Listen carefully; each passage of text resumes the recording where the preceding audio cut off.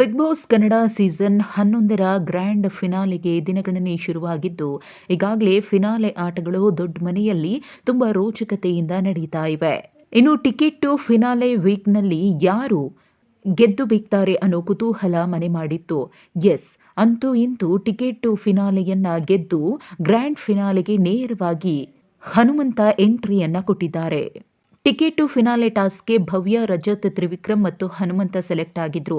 ಹೀಗಾಗಿ ಈ 4 ಸ್ಪರ್ಧಿಗಳಿಗೆ big boss task ಒಂದನ್ನ ನೀಡಿದ್ರು. ಆ ಟಾಸ್ಕ್ ಪ್ರಕಾರ ಟ್ರಂಕ್ನಲ್ಲಿರುವ ಬಾವುಟ ಇರುವ ಸ್ಟಿಕ್ಕರ್ ನ ತೆಗೆದುಕೊಂಡು ಹಗ್ಗಗಳಿಂದ ಮಾಡಿದ ಬಲೆಯನ್ನ ಹಿಡಿದು ಮೇಲಕ್ಕೆ ಏರ್ಬೇಕಿತ್ತು. ಬಳಿಕ ಅಲ್ಲಿ ಹೋಗಿ ಬಾವುಟದ ಸ್ಟಿಕ್ಕರ್ ನ ಇಟ್ಟು ಬಿಗ್ ಬಾಸ್ ಎಂದು ಜೋರಾಗಿ ಕೂಗಿ ಹೇಳಬೇಕು. ಈ ಟಾಸ್ಕ್ ಅನ್ನ ಸ್ಪರ್ಧಿಗಳು ಅತಿ ಕಡಿಮೆ ಅವಧಿಯಲ್ಲಿ ಪೂರ್ಣಗೊಳಿಸಬೇಕಿತ್ತು.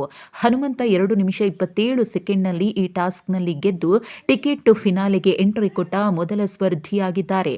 ಇನ್ನು ಬಿಗ್ ಬಾಸ್ ಮನೆಗೆ ಅತಿಥಿಗಳಾಗಿ ಎಂಟ್ರಿಯನ್ನ ಕೊಟ್ಟಿದ್ದ ಅದಿತಿ ಪ್ರಭುದೇವ ಮತ್ತು ಶರಣ್ ನೇರವಾಗಿ ಫಿನಾಲೆಗೆ ಹೋಗುವಂತಹ ಸ್ಪರ್ಧಿ ಹನುಮಂತ ಅಂತ ಹೇಳಿ ಘೋಷಣೆಯನ್ನ ಮಾಡಿದ್ರು. ಹನುಮಂತ ಟಿಕೆಟ್ ಟು ಫಿನಾಲೆಯ ಎಲ್ಲಾ ಟಾಸ್ಕ್ಗಳಲ್ಲೂ ಕೂಡ ಅತ್ಯದ್ಭುತವಾಗಿ ಪ್ರದರ್ಶನ ತೋರಿ ಇದೀಗ ನೇರವಾಗಿ ಗ್ರ್ಯಾಂಡ್ ಫಿನಾಲೆಗೆ ಎಂಟ್ರಿಯನ್ನ ಕೊಟ್ಟಿರುವುದು ಅವರ ಅಭಿಮಾನಿಗಳಿಗೆ ಖುಷಿಯನ್ನ ಕೊಟ್ಟಿದೆ.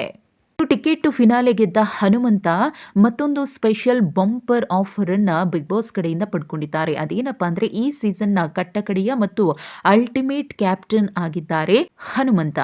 ಬಿಗ್ ಬಾಸ್ ಶುರುವಾದ 3 ವಾರಕ್ಕೆ ಹನುಮಂತ ಬಿಗ್ ಮನೆಗೆ ಎಂಟ್ರಿಯನ್ನ ಕೊಟ್ಟು ತಮ್ಮ ಹಾಡುಗಾರಿಕೆ, ಟಾಸ್ಕ್, ಮಾತು ಎಲ್ಲದರಲ್ಲೂ ಕೂಡ ಕರುನಾಡಿನ ಜನರ ಮನಸ್ಸನ್ನ ಗೆದ್ದಿದ್ದಾರೆ. ಹಾಗಾಗಿ ಬಿಗ್ ಬಾಸ್ ಟ್ರೋಫಿಯನ್ನು ಕೂಡ ಹನುಮಂತ ಗೆಲ್ಲಬೇಕು ಅನ್ನೋದು ಅನೇಕ ಮಂದಿಯ ಅಭಿಪ್ರಾಯ.